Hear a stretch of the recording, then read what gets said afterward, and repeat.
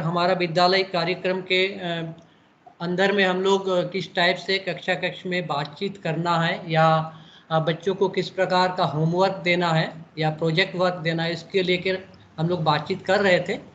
और बहुत सारे शिक्षक उनमें अपना शेयरिंग भी कर रहे थे कि उन्होंने किस तरीके से किया। तो आज हम लोग उसी क्रम में गुणा के ऊपर बातचीत करेंगे, क्योंकि अगले हफ्ता जो है अपर प्राइमरी लेवल पे अगर देखा जाए तो गुणा के ऊपर काम होना है। तो ये टॉपिक अपर प्राइमरी लेवल में दिया हुआ, लेकिन प्राइमरी लेवल में भी इसका काफ़ी ज़रूरत पड़ता है, इसमें बच्चों को काफ़ी दिक्कत होती है ना। तो इसलिए भी इस टॉपिक को आज के लिए चुना गया था। तो शुरू इस तरीके से करते हैं कि जब गुणा पर हम लोग काम करते हैं कक्षा कक्ष में, तो बच्चे किस प्रकार का गलतियां करते हैं या फिर बच्चों को क्या क्या कठिनाई महसूस होती है उसमें। तो आप लोग से आग्रह है कि कोई भी बता सकते हैं इसको लेके।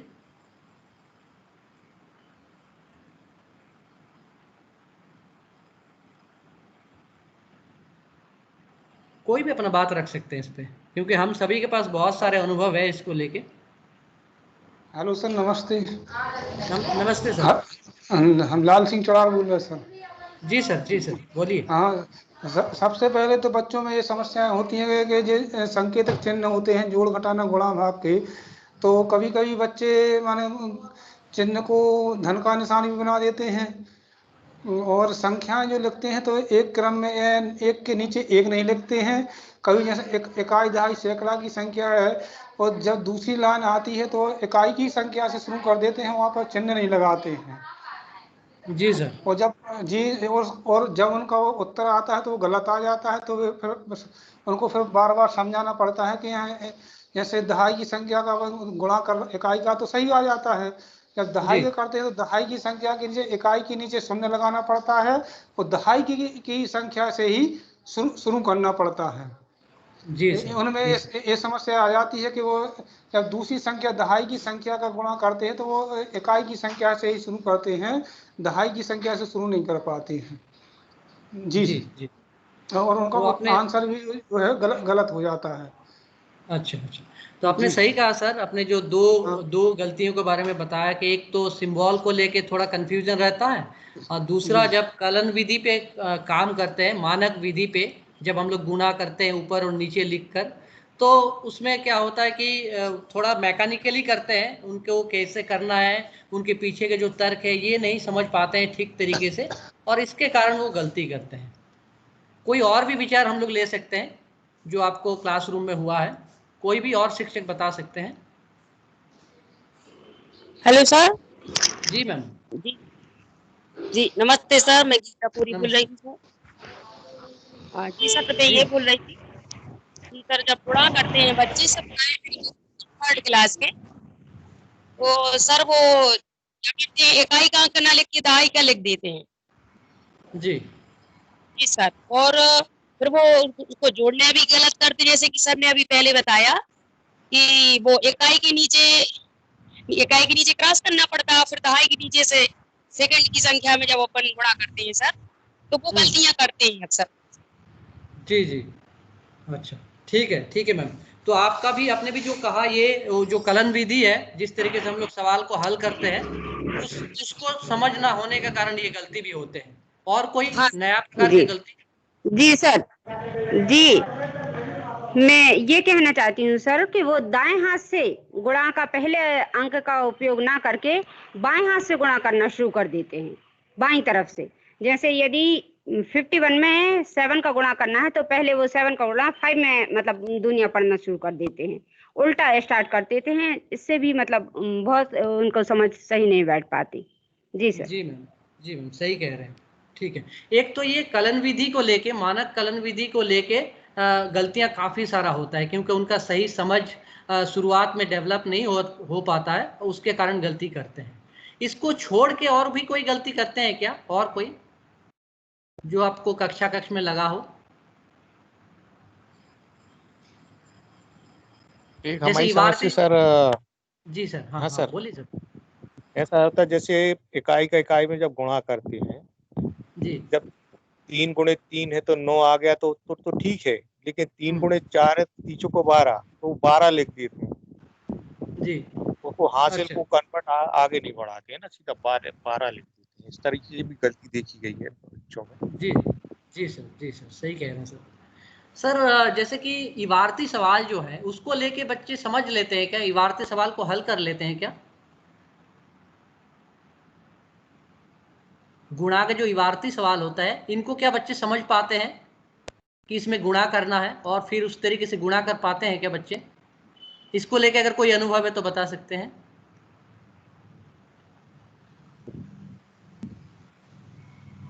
कोई भी बता सकते हैं। जी भाई, यही कह रहे सर, आपका कथन बिल्कुल सही है। बच्चों को इबारती सवाल में तो सबसे बड़ी बात होती है कि उसको पढ़ना, उसको बार जी बार पढ़ के तो वो शुद्ध रूप से वो नहीं पढ़ पाते, तो वो समझ विकसित ही नहीं हो पाती। एक तो बहुत बड़ा वर्ग इसमें है कि जो समझ सवाल को पढ़ के समझ पाए कि इसमें गुणा करना है ना। जी तो जी कुछ बच्चे जो है, इसमें से बहुत छोटा सा प्रतिशत है जो ये समझ पाते हैं कि ये इसमें अपन को शायद गुणा करना है। लेकिन जी बहुत बड़ा वर्ग जो है, इसमें से बहुत बड़ा रेशियो जो है, वो इस बात हम्म, को नहीं समझ पाता कि ये इसमें गुणा करना है। जी जी जी, सही कह रहे हैं सर। तो एनएस का अगर वो देखे, अगर रिपोर्ट भी देखे तो इसमें बताते हैं कि बच्चों को इबारती सवालों में बहुत दिक्कत होते हैं। बच्चे ये नहीं समझ पाते कि किस सवाल का किस सवाल में कौन सा संक्रिया लगाना है, जोड़ करना है कि घटाव करना है, गुणा करना है कि भाग करना है। तो बच्चे पूछते हैं शिक्षक से कि इसमें सर करना क्या है, ये बता दीजिए, है ना। तो जब बता देते हैं तो उसके बाद करने में थोड़ा आसानी होती है, लेकिन ऐसे में समझ पाना थोड़ा मुश्किल होता है। तो काफ़ी सारा बातचीत जैसे आप लोग की तरफ से आया इन गलतियों को लेके, तो हम लोग गुणा का जो अवधारणा है इसमें पूरी अवधारणा पे ही बातचीत करेंगे, लेकिन आज हम लोगों ने कुछ फोकस इसका रखा है कि इबारती सवाल को लेके थोड़ा सा बातचीत करेंगे गुणा से संबंधित, है ना। क्योंकि एनएस का जो रिपोर्ट वो बता रहे हैं कि वो एक एरिया है जिसमें बच्चों को काफ़ी दिक्कत होता है। तो ऐसे करके धीरे धीरे करके जो हम लोग जो कलन विधि है या गुणा को पहाड़ा से संबंधित चीजें हैं, इन चीजों के ऊपर धीरे धीरे करके दूसरे सत्र में बात करेंगे। तो आज हम लोग इबारती सवाल को फोकस में रखेंगे और गुणा के क्या क्या संदर्भ होते हैं उन चीजों को लेकर बात करेंगे। तो आगे बढ़ते हैं। तो अगर हम लोग गुणा से संबंधित लर्निंग आउटकम को देखें, सीखने का प्रतिफल को देखें, तो ये बताते हैं कि दैनिक जीवन से संदर्भ में गुणा से संबंधित प्रश्न बनाना तथा हल करना है, ये लर्निंग आउटकम है, एक सीखने का प्रतिफल है एक। दूसरा एक है कि दैनिक परिस्थितियों का आकलन कर उचित संक्रियाओं को उपयोग करते हैं। तो ये बच्चों से अपेक्षित है कि ये बच्चों को आ जाए, है ना। तो हम लोगों ने ये देखा कि इस चीज़ के ऊपर हम लोगों ने बात कर लिया कि गलतियां किस टाइप से करते हैं, उसमें सारे प्रकार की गलतियां निकल करके आए। तो जो लर्निंग आउटकम में हमने देखा, इन दो चीज़ों के ऊपर आज के सत्र में हम लोग फोकस करते हैं। तो आगे बढ़ते हैं।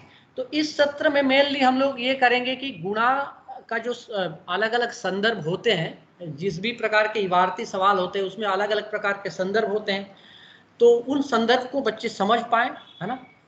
और सही तरीके से उसमें क्या गुणा करना है इसको समझ में आ जाए और समझ करके गुणा कर पाए, इस चीज़ को एक समझने का रहेगा हम लोग का सत्र का उद्देश्य। दूसरा, पाठ्य पुस्तक में गुणा से संबंधित जो सवाल है उसके ऊपर किस प्रकार के सवाल है और उन संदर्भ को वर्गीकरण कैसे किया जाता है उसके ऊपर बातचीत करेंगे। और इबारती सवालों को लेकर गतिविधियां क्या हो सकती है, इन चीज़ों के ऊपर हम लोग बात करेंगे। तो जैसे कि हम लोग जैसे गुणा के जो इबारती सवाल है इसको लेकर कक्षा कक्ष में काम करते ही है, तो उसके ऊपर कैसे काम करते हैं हम लोग, क्या करते हैं इसमें इबारती सवाल पे जब बातचीत करते हैं गुणा का, तो उसमें क्या क्या बातचीत करते हैं? क्या ये बातचीत हम लोग शुरू में ही करते हैं कि बाद में करते हैं, इस बारे में भी बता सकते हैं।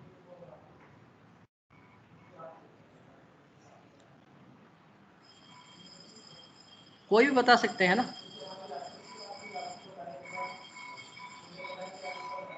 Anita ma'am, Savita ma'am, Santosh sir, Neeraj sir, Chandrahas sir, कोई भी जो भी है, बाकी लोग भी जो है बता सकते हैं इसके ऊपर।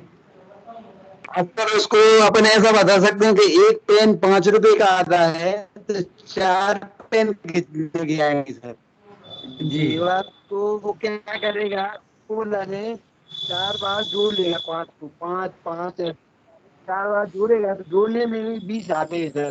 तो 5 जी। गुणित का 4, तो हम्म उसमें भी 20 आते हैं। तो ऐसा भी कर सकते हैं बच्चे, मतलब जोड़ के माध्यम से इसको 5 बार जोड़ लेंगे तो 20 आएंगे। हम्म जी, ऐसा बता जी सकते हैं। पेन की कीमत के 30 रुपये हुई। जी। तो इस तरीके से आप बातचीत को शुरू करते हैं, फिर आगे बढ़ाते हैं। सर इसी तरीके से करते हैं ना आप, इसी से बातचीत शुरू करते हैं, फिर गुणा पे आगे चलते जाते हैं, या फिर गुणा के कलन विधियों के ऊपर काम हो जाए उसके बाद इबारती सवालों को इंट्रोड्यूस करते हैं। कैसे करते हैं सर? आपने सही बताया कि आपने एक इस प्रकार का संदर्भ दिया और उसके बाद बार बार जोड़ के सवालों को हल करने की तरफ बढ़ते हैं। जी। कोई और भी हेलो। इसमें अपना? जी सर, जी। हाँ सर, पहले सर कलन विधियों को समझाते हैं। हाँ। या उनमें इकाई दहाई सैकड़ा की ओर समझ उत्पन्न हो जाती है, उनका आंसर सही आने लगता है। तो उसके उसी के बाद में समझाते हैं। जैसे मान लो अभी सर ने बताया कि एक पेन 5 रुपए का आता है, तो 4 पेन कितने के आएंगे? तो बच्चे 5 को 5 के लिए 4 5 के लिए 5 प्लस 5 प्लस 5 प्लस 5 4 वे जोड़कर उत्तर निकाल लेता है। और कभी कभी बच्चा जो माने बच्चे माने, अब जैसे मान लो हमारे पास एक बच्चा दुकान रखे था, तो माने उससे पूछा कि यदि माने एक पेन 5 रुपए का आता है तो 10 पेन कितने के आएंगे? तो बच्चे का जवाब था कि अरे माँ साहब, इतने पेन साथ में कौन खरीदता है? अच्छा। एक पेन तो बड़ी मुश्किल में मिल पाता है, 10 पेन कौन खरीदेगा? तो फिर उस बच्चे को बड़ी देर में समझाना पड़ता है कि यदि मान लो एक पेन करके बेचते हैं तो 10 पेन कितने के बिकेंगे? तो वह सोच कर बड़ी देर में उत्तर दे पाता है। अच्छा अच्छा अच्छा। हाँ हाँ सर, ऐसा होता है कभी कभी। जी जी हाँ, जी तो जी। माने सर पहले अपन को माने गुणा का सवाल करने के लिए कलन विधि की आवश्यकता है। उसके बाद जब बच्चों में इबारती सवाल आगे बढ़ा सकते हैं। जी जी जी। जी। तो ठीक है, कोई और भी इसमें अपना विचार रख सकते हैं कि क्या पहले कलन विधि को कराते हैं उसके बाद इबारती सवाल को शुरू करते हैं, या फिर इबारती सवालों से ही बातचीत शुरू करते हैं और धीरे धीरे कलन विधि की तरफ बढ़ते हैं? जी सर, कुछ ऐसा भी हम इसमें कर सकते हैं कि जैसे अपन बच्चों के लिए जब समझाते हैं शुरुआत में गुणा से संबंधित, तो सबसे पहले हम उनको बता दें कि जैसे हमारी कक्षा में 20 बच्चे हैं, 20 जी बच्चे हैं, प्रत्येक बच्चे को हमें एक एक पेन देना है ना? जी। और एक पेन की कीमत 5 रुपए है। जी। यदि हमें प्रत्येक बच्चे को पेन देना है तो हमें 20 पेन खरीदने के लिए कितने पैसे की आवश्यकता होगी, है ना? हम्म। इस प्रकार से अपन मतलब उनको बोल के तो वो 5-5 20 बार जोड़ेगा, या फिर मतलब एक एक के पास जाके कि 5 रुपए इसके लिए लगेंगे, 5 इसके लिए लगेंगे, मतलब थोड़ा सा मतलब वो ठोस रूप में उसको करके देखेगा और समझ सकेगा, और अच्छा उसकी अच्छा। समझ मतलब विकसित हो सकेगी कि इसको यदि हम बार बार जोड़ेंगे। लेकिन यदि हम इसको 20 बार जोड़ेंगे तो बहुत टाइम लगेगा, तो जी। फिर इसके लिए हम गुणा का उपयोग कर सकते हैं, तो वो जल्दी से बता देगा कि 20 × 5 = 100, या अच्छा। मतलब ऐसी छोटी संख्याओं का भी कर सकते हैं। लेकिन सामने यदि कोई चीज हो और उसको हम उदाहरण के रूप में दिखाएं तो शायद बच्चा जल्दी समझ लेता है। जी। जी तो सर। आप मैम जैसे ठोस चीज़ों से आप शुरू करते हैं और उस जी जी तरीके से बार बार जोड़ने के रूप में गुणा को आप देखते हैं और फिर बताते हैं कि इस तरीके से हम इन हाँ। सवालों को गुणा के तरीके से भी हल कर सकते हैं। इस जी तरीके से जी आप जी आगे बढ़ते। जी जी जी। मैम, जी मैम। ओके। ठीक स्टार्टिंग है। में पहले हम ठोस से ही उनको बताते हैं, छोटी हाँ छोटी संख्याओं को लेके। जी सर। जी जी मैम, ठीक है मैम। हाँ हाँ, हेलो हेलो सर। जी। हाँ मैम, बोलिए। हाँ, मैं ये कह रही थी कि शुरुआत में हम बच्चों के स्तर से ही इसको शुरू करते हैं। हाँ। जैसे मान लीजिए 20 बच्चे बैठे हमारी क्लास में या 24 बच्चे हैं, तो हम उनकी जो रो में बच्चे बैठते हैं, तो एक रो में हम बराबर बराबर बच्चों को बैठाएंगे, है ना? और बच्चे से पूछेंगे पहले आप बताइए कितनी लाइन बनी है आप लोगों की, तो बच्चे बताएंगे 4 लाइन। बताइए एक लाइन में कितने बैठे हैं आप लोग, बताएंगे 5। तो सभी लाइन में बराबर बराबर बैठे आप लोग। बच्चों से ही हम निकलवाएंगे, तो बच्चे गिनेंगे, हाँ हम लोग 5-5 बैठे हैं। एक लाइन में 5 जी। तो 2 में कितने हो गए, तो बच्चे अपने आप बच्चे खुद ही बताएंगे करके, जोड़ेंगे बच्चे। और 4th सेकंड थर्ड तक बच्चों को तो पहाड़ आ ही जाता है, तो बच्चे अपने आप बच्चों को याद आएगा कि हम जोड़ने के अपेक्षा 5, 10, 5, 15 मतलब ऐसा बच्चों के सामने हम करेंगे कि बच्चे खुद गुणा का उपयोग करने लगे, क्योंकि बच्चों को जी। वह पहाड़े का उपयोग करने लगे। जी। तो बच्चे ये समझते हैं एक एक करके ना जोड़ के सीधा हम 5, 5, 10, 5, 15 बच्चों के बीच हो गए, है ना, या बच्चों को 5 बच्चे खड़े कर लिए, चलिए हाँ। 2-2 टाफी दे दी, तो कितनी टाफी हुई, तो बच्चे अपने आप गिनने लगते, 2, 4, 6, 8 हो गई, तो बच्चे को 1, 2, 3, 4 करके नहीं गिनना पड़ता। तो शुरुआती स्तर में हम छोटी छोटी संख्या जैसे 2 का, 3 का ऐसे करेंगे, जैसे बच्चों को आ जाता, चूंकि हम क्लास के अनुरूप हमें मालूम रहता है थर्ड तक बच्चे 10 तक पहाड़ आ जाता है या 4 तक 15 का, तो फिर हम वैसी संख्या बढ़ा देंगे। जी मैम। जैसे जी एक मैम। एक प्लेट में 15 जलेबी हैं तो 3 प्लेट में कितनी होगी। मालूम होगा बच्चे जब जैसे छोटी स्तर पर बच्चे समझने लगते हैं तो बच्चों को अपने आप फिर क्लास अनुरूप हम वैसे सवाल देंगे और बच्चे बराबर फिर उसको बता भी देते हैं कि वो बच्चों में समझ विकसित हो जाती कि हमें एक एक करके नहीं जोड़ना, अब हम इसको पहाड़े के रूप में, गुणा के रूप में इसको जोड़ सकते हैं, कर बता जी मैम। सकते हैं। यहीं से जी। बच्चों के गुणा की समझ विकसित हो जाती है। जी मैम। तो आपने बहुत अच्छा से बताया मैम कि आप जो शुरुआत है कि छोटे-छोटे ऐसे संदर्भ से शुरू करते हैं जो बच्चे समझ पाते हैं और जो बच्चे करते हैं और फिर उसके मायने को समझ करते हुए सवालों को हल करते हैं। तो कुछ बच्चे जोड़ से भी हल करते हैं बार-बार जोड़ के और कुछ बच्चे पहाड़ा का इस्तेमाल करते हुए सवालों को हल करते हैं। तो आप इस प्रकार से एक संबंध दिखाते हैं कि किस तरीके से गुणा की तरफ बढ़ना है धीरे-धीरे और जैसे-जैसे लेवल बढ़ता जाता है वैसे-वैसे सवालों का जो स्तर है उसको भी बढ़ाते जाते हैं। तो आपका अप्रोच काफ़ी अच्छा है ना? तो आगे देखते हैं हम लोग। तो जैसे गुणा की संबंधित हम लोग बहुत प्रकार के इबारती सवाल जैसे बच्चों को देते रहते हैं। तो कुछ सवालों का नमूना क्या बता सकते हैं कि किस प्रकार के सवाल आप देते हैं बच्चों का? और इसमें बहुत अलग-अलग प्रकार के सवाल भी आप बता सकते हैं ना, एक ही प्रकार के सवाल भी ना हो गुणा से संबंधित। तो कोई भी बता सकते हैं। आपने कुछ सवाल तो बता ही दिया अभी, कुछ और सवाल बता सकते हैं।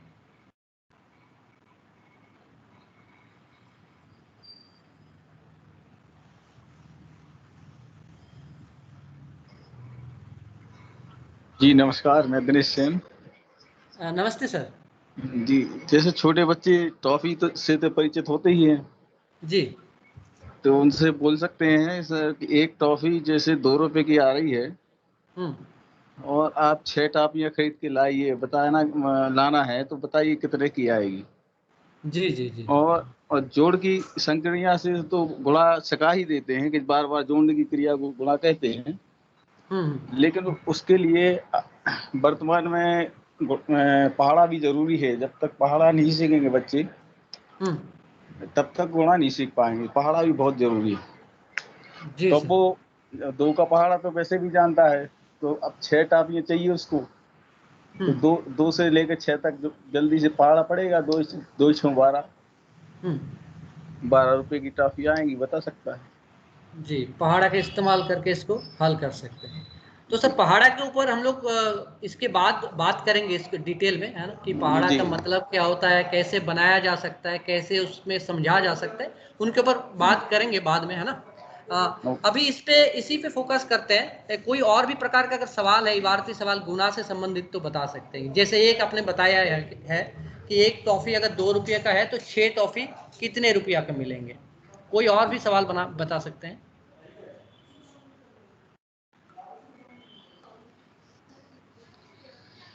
Hello sir. जी सर। हेलो जी।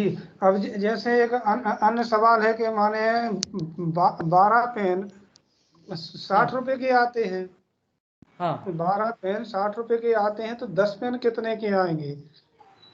जी। तो पहले इनमें 12 में 5 का गुणा करके अपन 12 पे वो तो निकली ये संख्या कि 12 पेन 60 के आते हैं। 12 पंचे 60, तो पहले अपन एक पेन की कीमत निकालेंगे कि 60 में 12 का भाग दे देंगे तो ₹5 निकल जाएगा जी। उत्तर। और फिर एक पेन की कीमत जब मालूम हो जाएगी तो फिर उसमें 10 का अपन गुणा कर देंगे तो 10 पेनों की कीमत निकल जाएगी। जी, सही कह रहे हैं सर। हाँ सही हाँ कह रहे हैं आप कि एक पेन का जी कीमत निकालने के बाद 10 पेन से उसका गुणा कर देंगे हाँ तो मिल जाएगा। तो हम जी अभी ऐसे सवाल ही कहें जिसमें भाग ना करना पड़े। इसमें अगर देखा जाए तो पहले भाग भी हमें करना पड़ेगा, तभी एक पेन हाँ का कीमत निकलेगा, है ना? तो तो ऐसे ही सवाल बताइए जिसमें सिर्फ गुनाई करना पड़े, भाग ना करना पड़े। अच्छा अच्छा, ठीक। हाँ ठीक है, आपने सही बताया सर। जी जी। सही। कोई और भी सवाल बता सकते हैं जो इससे थोड़ा सा अलग हो? हाँ जी सर, काफी मैं जी मैम। हाँ एक मैं करके। बोलूँ हाँ जी सर? जी बोलिए बोलिए। जी, जैसे 1 किलो शक्कर 30 रुपए की आती है, तो हाँ 5 किलो शक्कर कितने की आएगी? इसमें मतलब बच्चा 5-5 को ना जोड़ करके 30 में सीधा अपन को बता सकते हैं। मतलब थोड़ा जब बच्चा समझने लगता है कि बड़े में छोटे का गुणा करो, बड़ी संख्या में छोटे का गुणा करने से भी मतलब इसका जवाब सही आ जाता है। जी सर। जी मैम। सर आप बोलिए सर। हाँ और भी जो बोल रहे थे एक एक करके बोल सकते हैं। जी जी सर। Hello sir. दूसरा है भारती। जी हेलो। हाँ सर बोलिए मैम, उसके आप इसके बाद बोल लीजिएगा। हाँ हाँ सर बोलिए। जी, दूसरा जी सवाल उनके परिवेश के आदेश आधारित हो सकता है। जैसे पढ़ते हैं बच्चे तो कापियां तो लाते ही हैं, किताबें लाते हैं, तो हाँ उनके ऊपर मतलब एक प्रश्न बनाया जा सकता है। जैसे आपकी एक कापी 20 रुपए की आ रही है, जी तो आपकी 5 कापियां कितने रुपए की आएंगी? जी जी तो जी 20 रुपए को आप 5 बार जोड़ दीजिए। जी जी जी जी जी। हाँ मैम आप कुछ कह रही थी। मैम आप कुछ कह रही थी। मैंने भी, हमने भी यही प्रश्न बनाया था सर, सर ने बोल अच्छा दिया, अच्छा। कोई बात अच्छा ओके ओके ओके ओके। ठीक है, सर तो एक हमने देखा प्रश्न कि था जी सर। जी बोलिए बोलिए। हाँ, ये है कि एक हमारे स्कूल में एक बच्चे का बर्थडे था। हाँ तो उस बर्थडे था, उस कल्लू जैन था। तो कल्लू को हमने ये उसको कहा कि तुम्हें एक लड़के ने 2 रुपए दिए को, हमारी क्लास में कुल 17 लड़के हैं, तो हर बच्चे ने तुम्हें 2-2 रुपए की एक एक टॉफी दी। तो तुम्हें बताओ कुल कितने रुपए की टॉफियां मिल गई? अच्छा अच्छा। ठीक है सर, ठीक है। तो हम हेलो सर। देख सकते। हाँ मैम बोलिए बोलिए। हेलो। हाँ, प्रीति हाँ मैम तिवारी बोलिए। बोल रहे हैं सर। सर आप हमने हेलो सर। हाँ हाँ सर बोले। प्रीति मैम बोलिए बोलिए बोलिए। हाँ सर, स्कूल में हम लोग बच्चों को सर हाथ में कुछ भी कंकड़, जैसे 5-5 कंकड़ दे दो या 4-4 कंकड़ दे दो, और 5-6 बच्चों को यदि ऐसे घेर घेर के बैठाल के और उनसे पूछा जाए कि तुम्हारे हाथ में कितने कंकड़ हैं, तो यदि वो 5-5 लिए हैं तो हम बोलेंगे कि 3 बच्चों के पास हैं 5-5 कंकड़, तो मतलब कितने हो गए ये, तो वो पहले जोड़ेंगे और फिर हम उनसे बोलेंगे कि मतलब एक के हाथ में 5 है तो 3 के हाथ में 5 या 15 हो गए। इस हिसाब से वो मतलब कि मतलब जी 3 जी बच्चों के पास कितने हो गए, तो वो थोड़ा सा मतलब वो अनुभव से वो सीख जाएंगे बच्चे। ऐसा जी करते हैं जी सर स्कूल में। जी मतलब जी ठोस कंकड़ों चीज। का या हाँ ठोस चीजों का ऐसा एक समूह बना के करते हैं स्कूल में, जी तो वो ज्यादा अच्छा जल्दी सीख जाते अच्छा। हैं। तो जैसे कोई आप पेन है। हाँ हाँ हाँ हाँ सर। हाँ 3 समूह में मतलब आप कंकड़ रख देते हैं और पूछते हैं कि भाई जी सर, कितने उनके हैं, सब उनके मिलाकर हाथ कितने में भी हैं? दे सकते। हाथ में भी हाँ दे सर, सकते उनके हैं। हाँ हाथ ठीक में है। भी दे देती हूँ कंकड़, और या फिर जी उनके हाथ में 2-2 3-3 पेन दे देंगे, तो वो जी सामने देख के और अच्छे से प्रैक्टिकली मतलब वो समझ जाते हैं और उनको सामने जोड़ लेते हैं। अब उनसे जी बोलेंगे कि कितने बच्चों के हाथ में है, तो यदि 5 बच्चों को खड़ा करेंगे तो 5 या 15, तो वो जोड़ जी लेंगे और उनको समझा देंगे कि यही गुणा हो गया। ठीक है मैम, सही है। हाँ हाँ। तो और भी कोई बोल रहे थे क्या? बीच में एक आवाज आ रहा था, अगर कोई बोलना चाह रहे थे एक बोल दीजिए। हाँ सर, जैसे फूल का गुच्छा दे दिए बच्चों को, हाँ तो मान लीजिए 5 गुच्छे दे दिए और बच्चों हाँ को बताया कि एक गुच्छे में 4 फूल हैं, अच्छा तो 5 गुच्छे में कितने फूल होंगे? ओके अच्छा अच्छा। ठीक है ठीक है ठीक। हाँ ठीक है मैम, सही है सवाल है। हाँ आगे बढ़ते हैं। तो देखा जाए तो ये सभी सवाल क्या एक जैसा है कि अलग है? क्या लगता है? मतलब मैं एक सवालों को थोड़ा सा दोहरा देता हूँ, है ना। जैसे एक सवाल आया था कि एक टॉफी का कीमत 2 रुपया है तो 6 टॉफी का कीमत कितना होगा? एक पेन का कीमत 5 रुपया है तो 10 पेन का कीमत कितना होगा? हालांकि इसमें भाग भी था तो मैं भाग को हटा के कह रहा हूँ। एक शक्कर 30 रुपया में मिलते हैं तो 5 केजी शक्कर का कितना दाम होगा? एक कॉपी 20 रुपया का है तो 5 कॉपी का दाम कितना होगा, है ना। और 5-5 कंकड़ 3 मुट्ठी में अगर है तो तीनों को मिलाकर कितने कंकड़ हुए? है ना, तीनों का मुट्ठी मिलाकर। उसी तरीके से ये 5 गुच्छा है, एक गुच्छे में अगर 4 फूल है तो 5 गुच्छे में कितना फूल है। तो क्या सभी सवाल एक जैसा है कि कुछ इसमें अलग भी लग रहा है? क्या लगता है?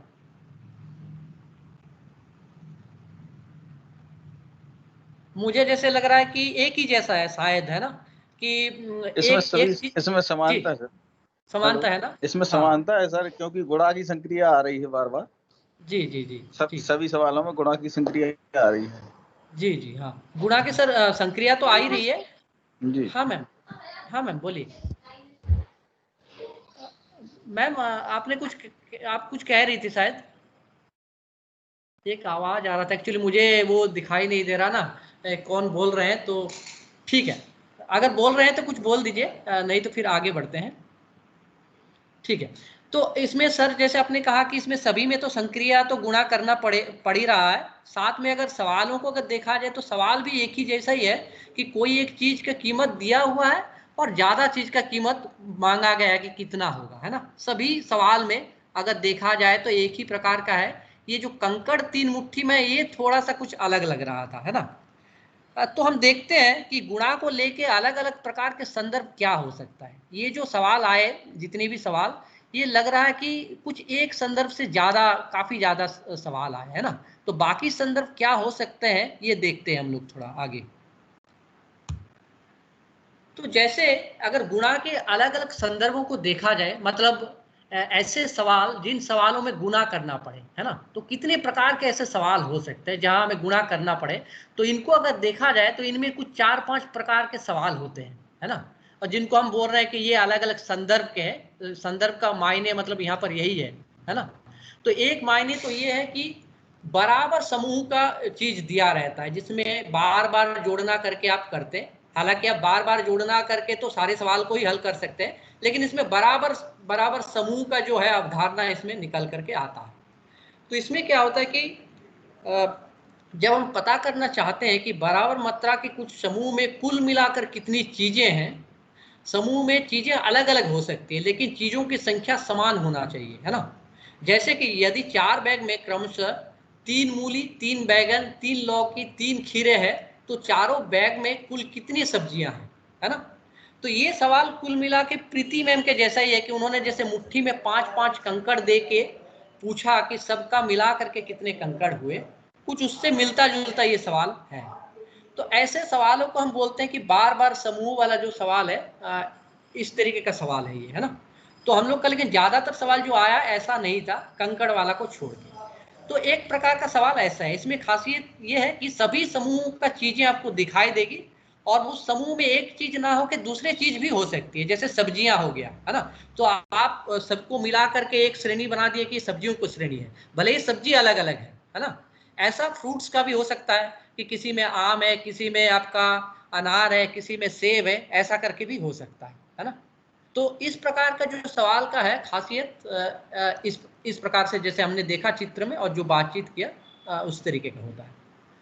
अगला प्रकार के जो सवाल होते हैं वो कुछ इस प्रकार के होते हैं, जिसको हम दर कहते हैं या रेट कहते हैं, कि जब हमें ये पता हो कि एक समूह में कितनी चीजें हैं और हम ये पता करना चाहते हो कि उसी तरीके के कई समूह में कुल मिलाकर कितनी चीजें हैं। जैसे यदि एक बिस्किट पैकेट का मूल्य 10 रुपया है तो 5 पैकेट का मूल्य कितना होगा।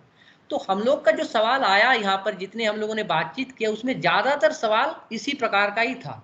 ये दर वाला सवाल था कि कोई एक चीज का कीमत बताया गया है और हम पूछ रहे हैं कि ज्यादा चीज का, वैसे ही ज्यादा चीज का कीमत कितना होगा, है ना। तो हमारा ज्यादा ज्यादा सवाल इसी से रिलेटेड था, इसी संदर्भ से जुड़ा हुआ था। अब हम तीसरे में चलते हैं।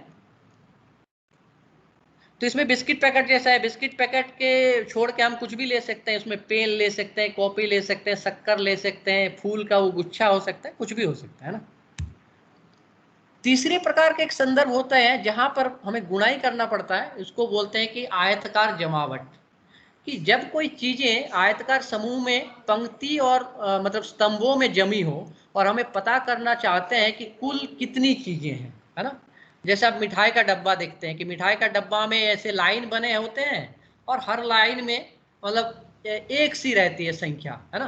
तो इसमें देख सकते हैं कि एक डिब्बे में 6 पंक्ति में मिठाई रखी जा सकती है। यदि प्रत्येक पंक्ति में 5 मिठाई रखी जा सकती है तो पैकेट में कुल कितनी मिठाइयाँ रखी जा सकती है ना। तो हम देख सकते हैं कि इन सवालों को हमें क्या करना पड़ेगा, मतलब एक तो हल करने का तरीका ये हो सकता है कि हम 5-5 करके जोड़ते जाएं, जितने लाइन हो गए उतने करके निकाल सकते हैं, और दूसरा हम गुणा करके भी इसको निकाल सकते हैं। तो ऐसे अगर दिया है पंक्ति और स्तंभों में अगर चीजें दिया हुआ है और बराबर मात्रा में है तो हम गुणा करके ऐसे सवालों को हल कर सकते हैं। तो ये भी एक प्रकार का संदर्भ है। एक संदर्भ ये भी है जिसको हम पैमाना या गुणक कहते हैं, उसको इंग्लिश में स्केल कहते हैं, कि एक राशि दी गई हो और हमें पता करना है कि उसे एक निर्धारित गुणक में और हमें पता करना है कि उसे एक निर्धारित गुणक में बढ़ाया जाए तो कितनी होगी। जैसे चीकू का दाम 30 रुपया प्रति किलोग्राम है ना। यदि सेब का दाम चीकू के दाम का 4 गुना हो तो 1 किलोग्राम सेब का दाम कितना होगा। यहाँ पे हम देख सकते हैं चीकू का दाम दिया हुआ है 30 रुपये प्रति किलो, और हम बोल रहे हैं कि सेब का दाम निकालिए अगर सेब इससे 4 गुना महंगा है तो, है ना। तो हम क्या करेंगे, इसमें आप इस फैक्टर को, मतलब जो आपका जो गुणक हो रहा है उसमें आपका कुछ दे दिया है, जिसमें आप देखेंगे इस प्रकार का शब्द होता है 4 गुना, है ना। तो आप क्या कर रहे हो, जितना 30 है उसको आप 4 बार ले रहे हो, जिसमें आप देख सकते हैं एरो में 4 बार ऐसे करके ले रहे हैं ना। तो जो चीज दिया हो उसका 4 गुना कर दे रहे हैं। तो ऐसे सवाल जिसमें 4 गुना, 5 गुना, 10 गुना, 15 गुना ऐसा कुछ दिया रहता है तो उसको हम बोलेंगे कि पैमाना से संबंधित सवाल है, लेकिन हमें करना तो गुना ही है उसमें। तो ये भी एक प्रकार के सवालों का प्रकार है। ये एक इस प्रकार का भी सवाल होता है जिसमें आप देख सकते हैं कि जब इसको हम बोलते हैं कार्तीय गुणनफल, जब हमें क्रमित जोड़ियों की संख्या पता करना हो तब हमें उसे कार्तीय गुणनफल कहते हैं। जैसे मुकेश 2 पैंट और 3 शर्ट लेकर किसी काम से बाहर गया, है ना। वो कितने तरीके से इसे पहन सकता है। मान लीजिए कि हम जनरली जब ऑफिस या कहीं जाते हैं तो हम कोशिश करते हैं कि हर दिन अलग अलग कुछ पहन लें, अगर ये कोशिश रहता है तो उसी से लेके सवाल है। तो इसमें कैसे कैसे वो पहनेंगे, क्या क्या निकल करके आएगा, बता सकते हैं क्या? अगर उनको अलग अलग पहनना है तो कैसे पहनेंगे वो, कोई भी बता सकते हैं? पेंट से अलग अलग शर्ट मैच करके पहन सकता हूँ। जी जी जी। तो ये जो खाकी रंग का पैंट है इसके साथ सभी शर्ट का एक एक कर देंगे, पहले ये स्काई कलर का, फिर रेड कलर का, फिर चेक। उसी तरीके से शायद ये जीन्स वाला को कर सकते हैं। जी जी।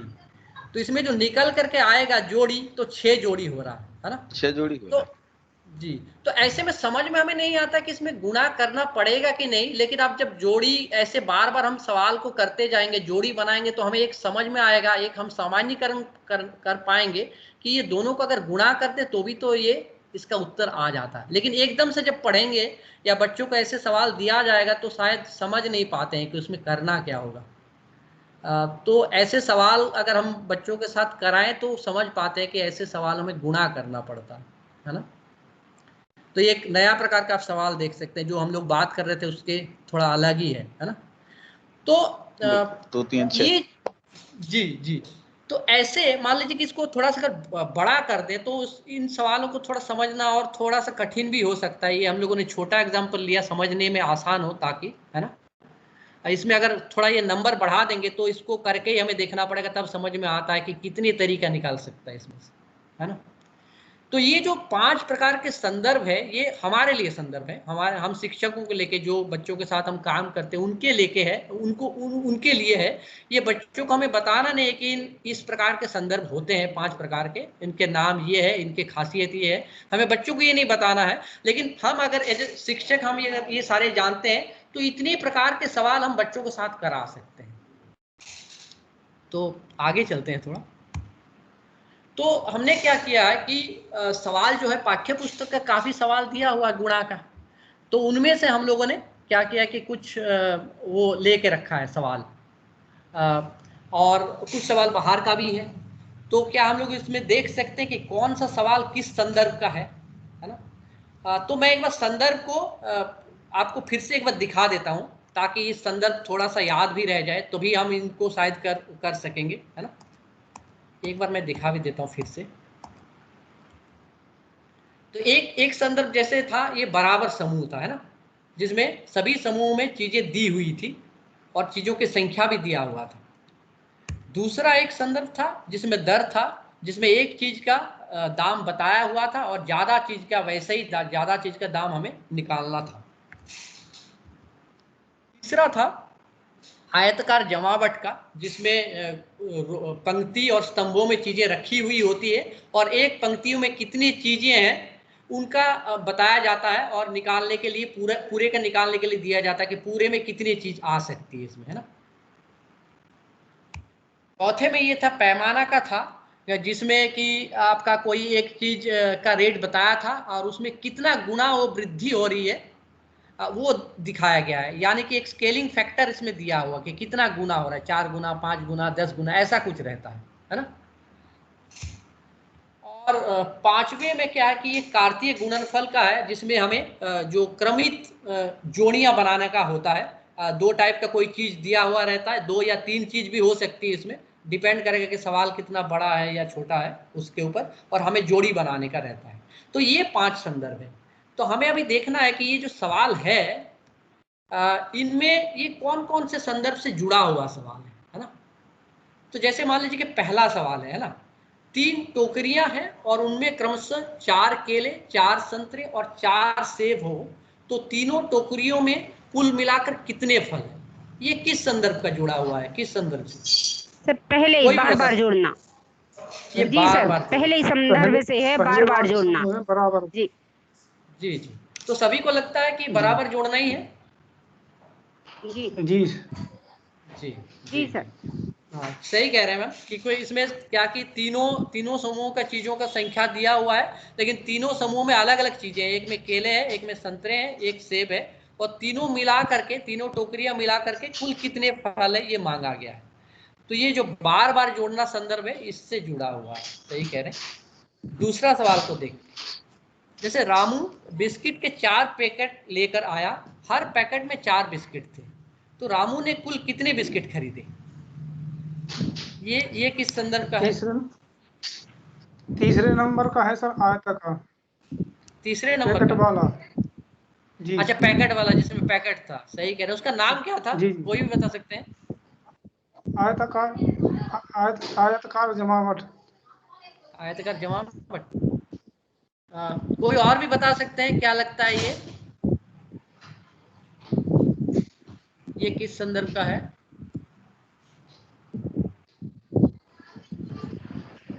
आयताकार जमावट एक में की तो संख्या दी है, 4 का पता करना है। जी जी जी जी, एक का दिया हुआ है और 4 का हमें पता 4 का करना पता है। करना है। जी सर। जी जी सही कह रहे हैं आप, वही वाला है। जी। इसका कुछ नाम भी था, नाम याद आ रहा है क्या? हेलो सर, ये दर वाला है, दर। हाँ मैम सही कह रहे हैं आप, सही अपने शब्द इसका बोला आपने कि दर का संदर्भ जो है उससे जुड़ा हुआ है, जिसमें एक चीज का रेट हमें दिया हुआ रहता है और वैसे ही बाकी ज्यादा चीजों का रेट हमें मालूम करना होता है।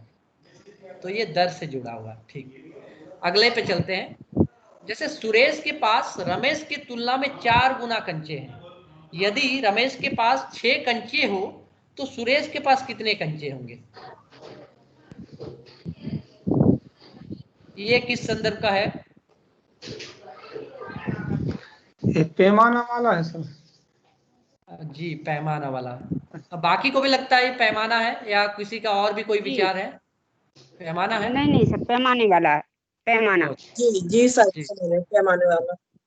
तो ये क्या देख के लगा कि मैम ये पैमाना वाला है? कोई ऐसी गुना चीज थी शब्द कि आया ना सर, गुना। अच्छा जी जी जी जी अच्छा, तो इसमें लिखा है कि 4 गुना कंचे हैं, 4 4 गुना गुना कंचे। जी। हाँ, तो इसमें जो पैमाना है वो दिया हुआ है कि इसको जो 6 को है कितना गुना करना है, इसमें ये दिया हुआ है। तो इससे पता चल गया। सही कह रहे हैं। चौथे में चलते हैं। एक बाग में 3 पंक्तियां लगी हुई है, यदि प्रत्येक पंक्ति में 4 पौधे हैं तो कुल कितने पौधे हैं। जी आयताकार संदर्भ वाला है सर। आयतवार। आयताकार सभी को लग रहा है ये? जी जी हाँ सर ये हाँ। वाला है। जी जी जी, तो सही कह रहे हैं कि इसमें पंक्ति और स्तंभ दिए हुए हैं और 3 पंक्तियां हैं और उस हर एक पंक्ति में 4 है। सही जी सही है। जी जी जी। अगले सवाल पे चलते हैं। एक सवाल है कि संतोष 3 अलग अलग आकार के डोसे बनाते हैं और उनमें 4 अलग अलग किस्म के मसाले भरते हैं, तो कुल कितनी तरह के डोसे बनाए जा सकते हैं? ये सवाल किस संदर्भ के हैं? ये क्रमचय संख्या। पहले वाले से है सर, बार बार जोड़ना। जी बार बार जोड़ना, तो इसमें दो दो दो चीज आ रही है। एक बार आप कह रहे बार बार जोड़ना, एक सर का भी आ रहा था कि ये क्रमित जोड़ी कहा सर शायद आपने। क्रमचय संख्या 5वां प्रकार जो था। कार्तीय गुणनफल है सर।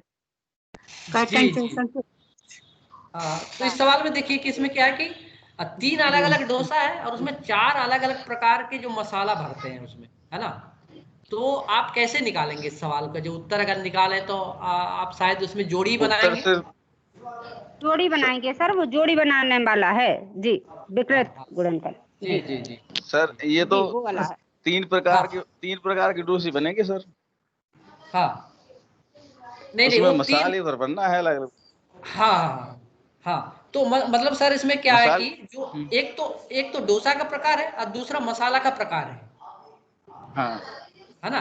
तो अगर मान लीजिए कि हाँ, तो 3 प्रकार। हाँ हाँ बोलिए बोलिए सर।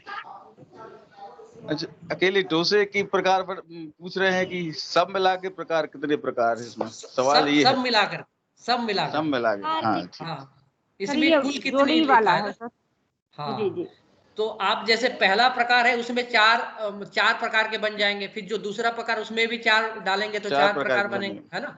फिर तीसरे जी में 4, तो करीब मतलब करीब नहीं, मतलब 12 हो गए फिर, है ना। तो आपने जी जोड़ी जी बनाया। 4 तो ये जी, तो ये कार्तीय गुणनफल का ही मतलब संदर्भ का है। छठा वाला देखते हैं। यदि मसाले सर इसमें ऐसा नहीं है कुल कितने प्रकार के मसाले डोसे बनाए जा सकते हैं? यदि डोसे वाली बात करें तो शायद 3 हाँ प्रकार किया है। 3 ही बन सकते हैं। जैसे सर ने जी तो जी अभी जी पहले बोल रहे थे, तो हाँ यदि वो हाँ, तो डोसे के अभी अपन फोकस करें तो केवल 3 प्रकार का निकलता है। यदि मसाले डोसे करें तो शायद दोनों हो जाए, तब वो हाँ 12 हाँ प्रकार हो। जी जी जी जी, तो इसमें थोड़ा भाषा के उस लिहाज से थोड़ा भाषा देखना पड़ेगा ना, ताकि ये चीज समझ में भी आ जाए। हाँ ठीक। आगे चलते हैं। यदि 3 लड़कियों की 5 कतारें हैं तो दी गई कतारों में कुल कितनी लड़कियां होगी, है ना। इसमें कतारें दी नहीं है, लेकिन मान लीजिए कि 5 कतार है और एक कतार में 3 लड़की है, तो कुल कितनी लड़की है, मतलब, है ना, ये सवाल है। तो ये कौन से संदर्भ के होंगे?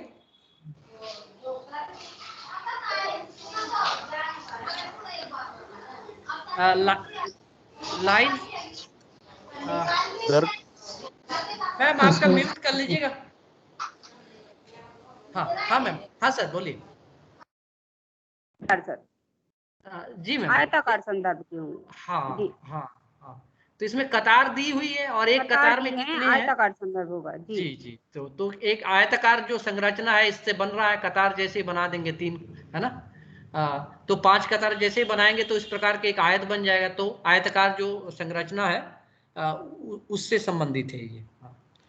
7वां देखते हैं। सीता की आयु गीता से 3 गुनी है। यदि गीता की आयु 8 वर्ष हो तो सीता की आयु बताइए। पैमाना वाला हो गए। पैमाना वाला है सर।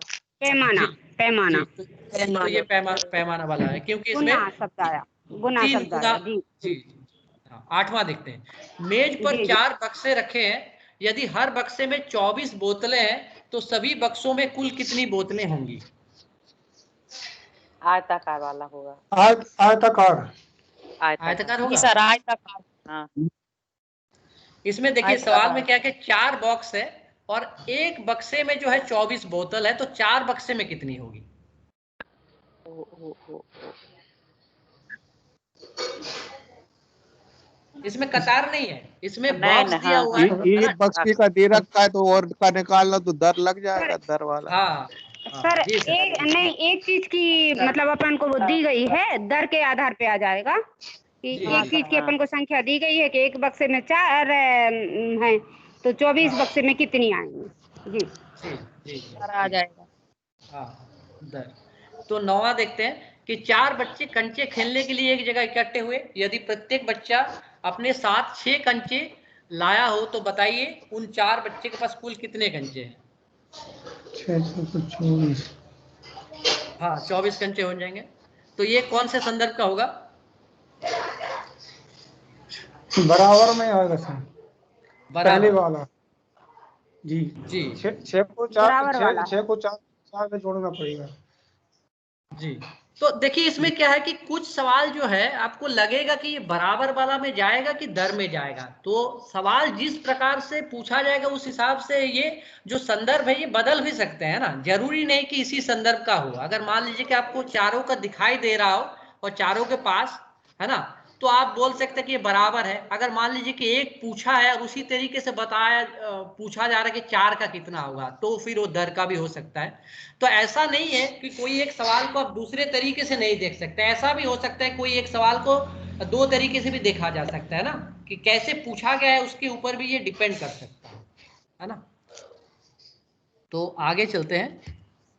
देख पाठ्य पुस्तक का एक सवाल लिए है हम लोगों ने, है ना। ये काफी अच्छा लग रहा था ये सवाल, कि जैसे भीमा बढ़ई ने 30 जगहों के लिए एक अलमारी बनाई। ये 2 खानों वाली एक लंबी अलमारी है। हर खाने में बराबर जगह है। आप देख सकते हैं दोनों जो खाने में है। क्या तुम इन 30 जगहों को रखने के लिए किसी अलग तरीके से अलमारी बनाने के बारे में सोच सकते हो? ये तो दिया हुआ ही है ना। 30 है, 2 खाने में 15-15 करके।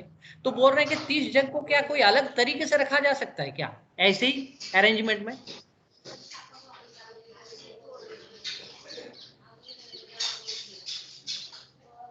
क्या लगता है इसमें? हाँ रखा जा सकता है सर। या उसमें 2 लाइन रखिए, 3 बना सकते हैं 10-10 की। 3 10-10 के बना सकते हैं। जी जी हाँ।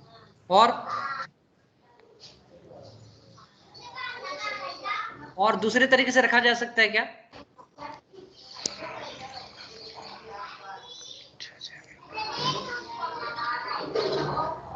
बोलिए बोलिए, सही कह रहे थे, बोलिए। सिर्फ 2 खाने में रखना है सर कि खाने बढ़ा सकते? नहीं, खाने बढ़ा सकते। वो बोल रहे हैं कि अलमारी ही बनाई है, हाँ अलग तो अलग तरीके से रखते हैं। हाँ तो 5 के हिसाब से रख सकते, 5 6 30। 5 के हिसाब से रख 6 सकते खंड, हैं, सही कह रहे। हाँ 6 खाने 6 बना खंड सकते भी हैं। बना सकते तो 5 आ जाएंगे। 5 हाँ खंड 5 6 खंड, खंड 5 खंड भी तीन बना तीन के सकते, खंड 6 बना खंड भी बना सकते सकते। हैं। जी जी जी 3-3 के भी 6 खंड 6 बना के सकती हैं। हाँ 6 जी 6 के 3 हिसाब की से तरह। 5 3 खाने 3 आ जाएंगे। जी जी जी। तो देखिए एक सवाल है और इसको कितने अलग अलग तरीके से सोचने के लिए इसमें मौका दे रहे हैं ना। मतलब जिसमें आप देख रहे हैं कि इसमें आयताकार समूह में रखने के वाली सवाल है और इसको कितने आप अलग तरीके से करना पड़ रहा है ना। तो 30 को कितने तरीके से आप रख सकते हैं, कितने अरेंजमेंट उसके बन सकते हैं, ऐसे पूछ रहे हैं। तो कितना ज्यादा सोचने के लिए बच्चों का स्कोप है इसमें। तो इसमें यह है कि भाई वस्तुओं को आयताकार संरचना में सजाने के साथ गुणा की अवधारणा का सीधा संबंध है ना। कक्षा में कुर्सियों की व्यवस्था, प्रार्थना सभा में बच्चों की व्यवस्था आदि संदर्भ पर आधारित सवालों पर भी बच्चों के साथ चर्चा की जा सकती है। तो ये जो आयताकार मतलब संरचना है, इसको लेके बहुत प्रकार से और सवाल बनाए जा सकते हैं। हम लोगों ने तो कुछ ही प्रकार के संदर्भ पे बात किया और कुछ ही सवाल लिया, बहुत सवाल तो लिए नहीं।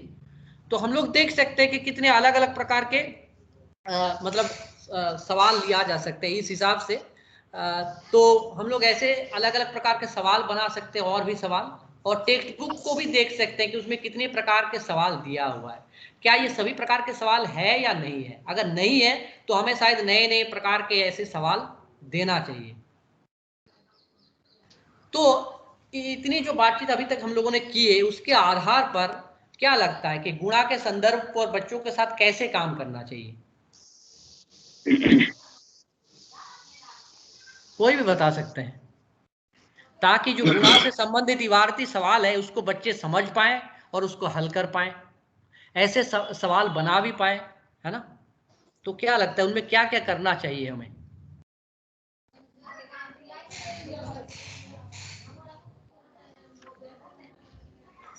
कोई भी बता सकते हैं।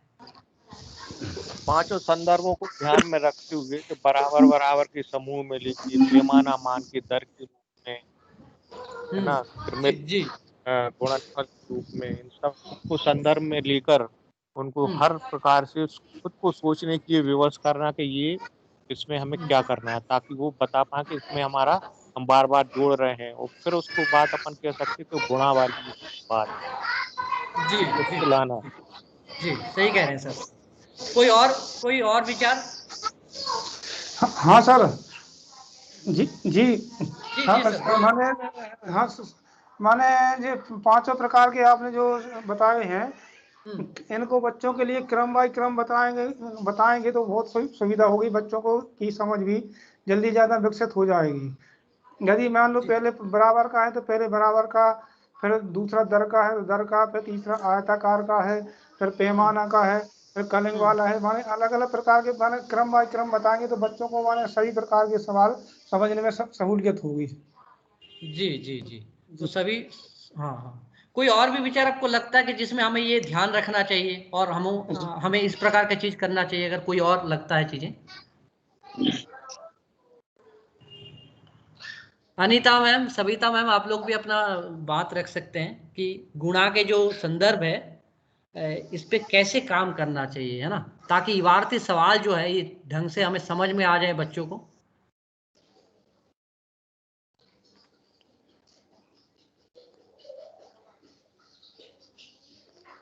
तो आपने सही कहा, जैसे कि मान लीजिए कि हम सभी प्रकार के संदर्भ को जो है शामिल हमें करना चाहिए। जैसे हमने जब सवाल बनाए हम लोगों ने, तो हमने देखा कि दर वाली जो सवाल है सबसे ज्यादा आया वही, है ना, और बाकी जो संदर्भ है उसके सवाल बहुत ज्यादा आया नहीं, है ना। जैसे आयताकार संरचना हो गया, या फिर आपका बार बार जोड़ना हो गया, या फिर आपका कार्तीय गुणनफल का हो गया। ऐसे ऐसे जो संदर्भ है वो निकल करके नहीं आए, दर का ज्यादा आया, है ना। तो मान लीजिए कि ऐसे सवाल का सामना अगर बच्चों का होता है जैसे कार्तीय गुणनफल, तो बच्चे हो सकता है कि सवाल से परिचित ना हो, उनको ये समझ में ना आया हो कि इसमें क्या करना पड़े। तो अगर अपने क्लासरूम में इन चीजों को हम शामिल करें, सभी प्रकार के संदर्भ को बराबर मात्रा में अगर शामिल करें, तो शायद बच्चों को समझने में आसानी होगी इबारती सवालों को, और वो बेहतर तरीके से इन सवालों को हल करने की तरफ बढ़ सकते हैं। तो हम लोग आज की जो चर्चा है इसको थोड़ा समेकित करते हैं। तो और साथ में इसका भी कुछ है कि क्या कैसे काम करना चाहिए, उसको लेकर भी यहाँ पे कुछ बिंदु हैं, है ना। जैसे कि हम लोग जो शुरुआत है, गुणा का जो शुरुआत है वो सटीक संदर्भ के साथ अगर उसका करें तो जो गुणा के मायने हैं वो समझ में आते हैं। जैसे शुरू में आप लोगों ने बातचीत रखा है कि उसको ऐसे कोई चीज कंकड़ के साथ करना चाहिए जहाँ पे बार बार जोड़ना पड़े और धीरे धीरे करके बार बार जोड़ने से गुणा के तरफ बढ़ना, है ना। तो ऐसे अगर संदर्भ के साथ हम लोग शुरुआत करें इबारती सवाल, अगर हम टेक्स्ट बुक को भी देखें तो इबारती सवाल से ही बातचीत को शुरू करते हैं, है ना।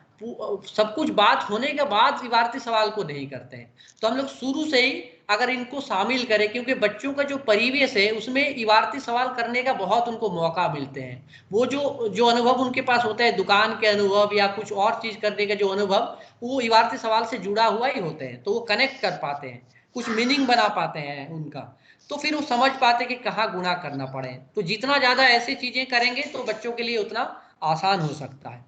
तो आमतौर पर जैसे गुणा पर बातचीत के दौरान हमने देखा कि दर वाले संदर्भों से संबंधित ज्यादा सवाल पूछते या करवाते हैं, लेकिन गुणा के मायने या अर्थ को समझने के लिए सभी संदर्भों के साथ बच्चों का परिचय कराना बहुत जरूरी है इसमें। तो इससे ज्यादा समझ में आते हैं मायने। अगर लंबे समय से हम संक्रियाओं के साथ काम करते समय इबारती सवालों को अंत में कराते हैं, तो अगर टेक्स्ट बुक का अगर अप्रोच देखा जाए, पहले का टेक्स्ट बुक, तो सारे सवाल जब हो जाते हैं कि मानक कलन विधि से हम लोग सवाल हल करते हैं, बड़े बड़े सवाल, उसके बाद लास्ट में 2-4 सवाल इबारती का दिया हुआ रहता था। तो बच्चों को इबारती सवाल हल करने का ज्यादा मौका ही नहीं मिलता था। तो इसके कारण वो समझ नहीं पाते थे। इबारती सवाल में पूछते थे कि भाई करना क्या है इसमें। लेकिन अगर इबारती सवालों को हम शुरू से डील करें, शुरू से करने का मौका दें, तो शायद इबारती सवालों को वो अच्छा से कर पाएंगे, क्योंकि उनके दैनिक जीवन से जुड़ा हुआ होता है ये। तो जरूरत हमें ज्यादा से ज्यादा ऐसे संदर्भ का अनुभव देने का है। तो पाठ्य पुस्तक का भी इसी लिहाज से हम लोग देख सकते हैं कि पाठ्य पुस्तक में इन सवालों का क्या सही वो दिया है। या फिर दर वाले ही ज़्यादा है या फिर बाकी चीज़ बहुत ही कम दे के रखा है। तो इनको हम लोग उस नज़र से देख सकते हैं, रिव्यू कर सकते हैं, ताकि सभी प्रकार के है या नहीं है। अगर नहीं है तो हमारा जिम्मेदारी है कि हम सभी प्रकार के संदर्भों के साथ बच्चों को बातचीत करें, तो उससे गुणा का जो अंडरस्टैंडिंग है वो बेहतर बन सकता है।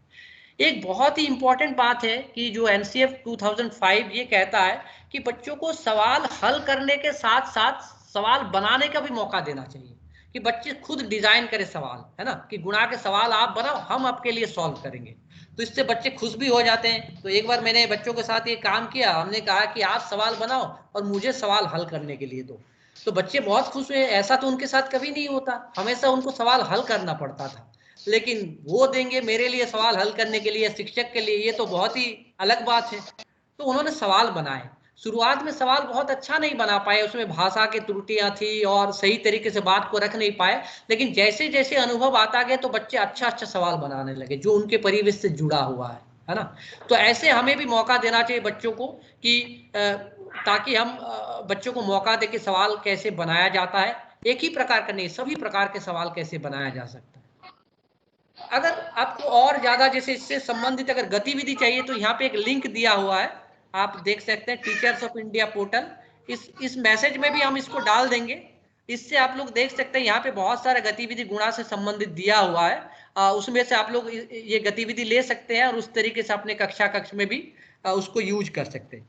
या फिर आप लोग अगर कभी हमारा ऑफिस आना हुआ तो आप लोग के लिए एक एक कॉपी भी इसका दिया जा सकता है, हमारे पास काफी सारा इसका कॉपी है, या सॉफ्ट कॉपी आप डाउनलोड भी कर सकते हैं।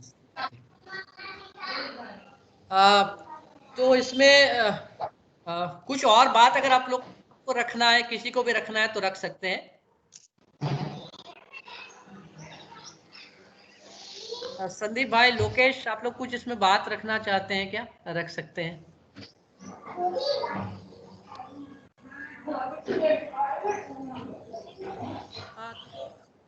एक चीज जो है, एक चीज ये भी है जो थोड़ा इसमें आया नहीं था, कि आप लोग बच्चों के लिए कुछ वर्कशीट भी दे सकते हैं, ताकि इस टाइप की बातचीत हो जाए तो बच्चों को आप वर्कशीट दे सकते हैं, जिससे ये करना पड़े कि बच्चों को ये मतलब करना है कि कौन सा सवाल।